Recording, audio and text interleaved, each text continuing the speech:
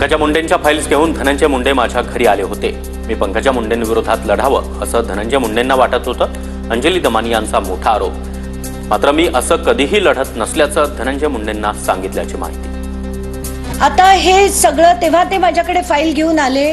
मी त्यांना व्यवस्थितपणे समजवलं की मी अशी कोणाची दिलेल्या फाईलवर कधीही काम करत नाही आणि म्हणून मी पंकजा मुंडेंचा कुठलाही विषय तेव्हा लावून धरला नाही। धनंजय मुंडेंच्या सहकाऱ्यांनी जमिनी लाटल्या। पोपट घनवट आणि राजेंद्र घनवटांनी शेतकऱ्यांना छळून कोट्यवधींच्या जमिनी अवघ्या काही लाखांमध्ये घेतल्याचा अंजली दमानी यांचा आरोप। राजश्री मुंडे आणि राजेंद्र घनवट व्यंकटेश्वरा इंडस्ट्रियल सर्व्हिसेसमध्ये संचालक असल्याचा दावा।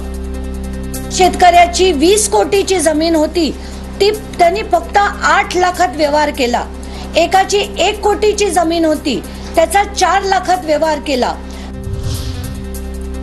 विरोधात लढणाऱ्या शेतकऱ्यांचा छळ करत राजेंद्र घनवटकडून खोटे गुन्हे। धनंजय मुंडेंकडून फोन आल्यानं 9 शेतकऱ्यांवर गुन्हे दाखल। माहिती देताना शेतकरी महिलेला अश्रू अनावर।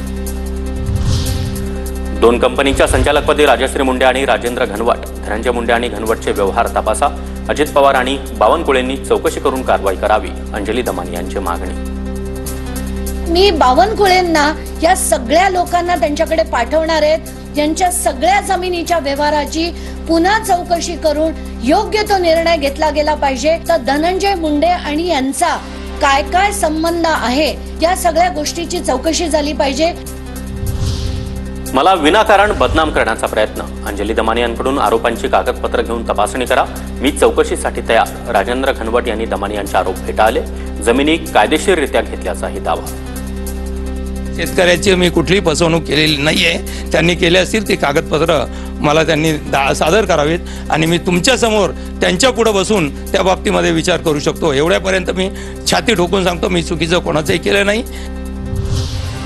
अंजली दमानी यांच्या आरोपांमध्ये तथ्य नाही। चर्चेमध्ये येण्यासाठी दमानी आरोप करतात। धनंजय मुंडे याला उत्तर देतील। आरोप सिद्ध झाल्यावर दमानी यांनी पत्रकार परिषद घ्यावी, अमोल मिटकरींचा सल्ला। बघा, या गोष्टीला काही तथ्य आहे असं मला वाटत नाही। यावर स्वतः मुंडे साहेबच अधिक स्पष्टीकरण देऊ शकतं। फक्त कोणाला आता बरेच दिवस झाले आता ते चर्चेत आले नाही, तर चर्चेत येण्याकरता तो त्यांनी प्रयोग केला। कळंबमधील मनीषा बिडवे हत्या प्रकरणी 2 आरोपींना अटक। उस्मान सय्यद नंतर रामेश्वर उर्फ राण्या भोसलेला देखील अटक। रात्री उशिरा कळंब पोलीस ठाण्यात गुन्हा दाखल। मकोकामधील आठवले गँगची नाशिक कारागृहात रवानगी। काल कारागृहामध्ये वाद झाल्यानंतर कारागृह प्रशासनाकडून हालचाली। महादेव गीते गँग नंतर आता अक्षय आठवले, मनीष क्षीरसागर, ओंकार सवाईला इतरत्र हलवलं।